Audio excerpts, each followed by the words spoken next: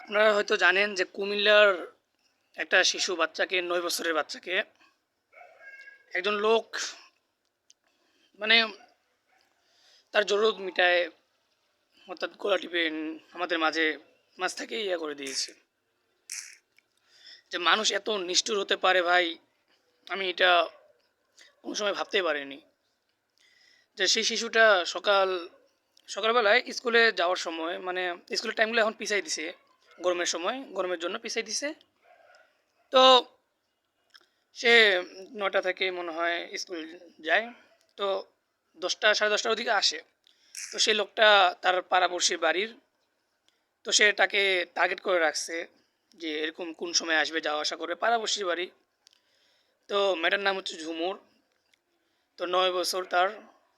তো আসার সময় তার ক্ষেতের মধ্যে মানে আমি তো আর বলতে পারতেছি না, আপনারা তো বুঝতে পারতেছেন।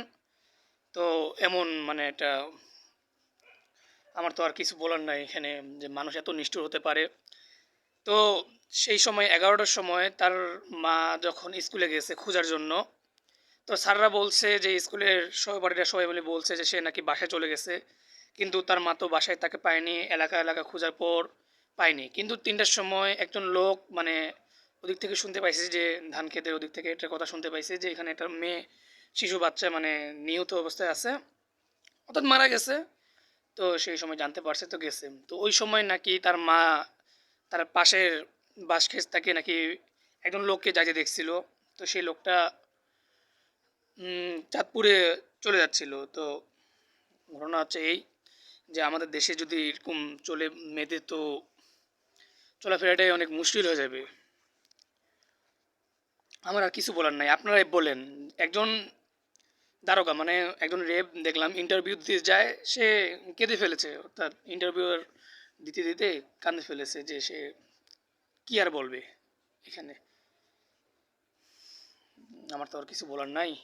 আপনারাই বলেন যে সেই লোকটার সাজা কি দেওয়া দরকার, আপনারাই বলেন।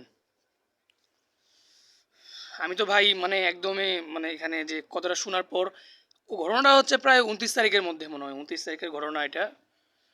তো আমি আর এখানে আর কি বলবো, আপনারাই বলেন যে একজন শিশু বাচ্চা যদি আজকে এরকম হয়, কালকে কে হবে না হবে, এটা বলা তো খুবই মুশকিল হয়ে যাচ্ছে।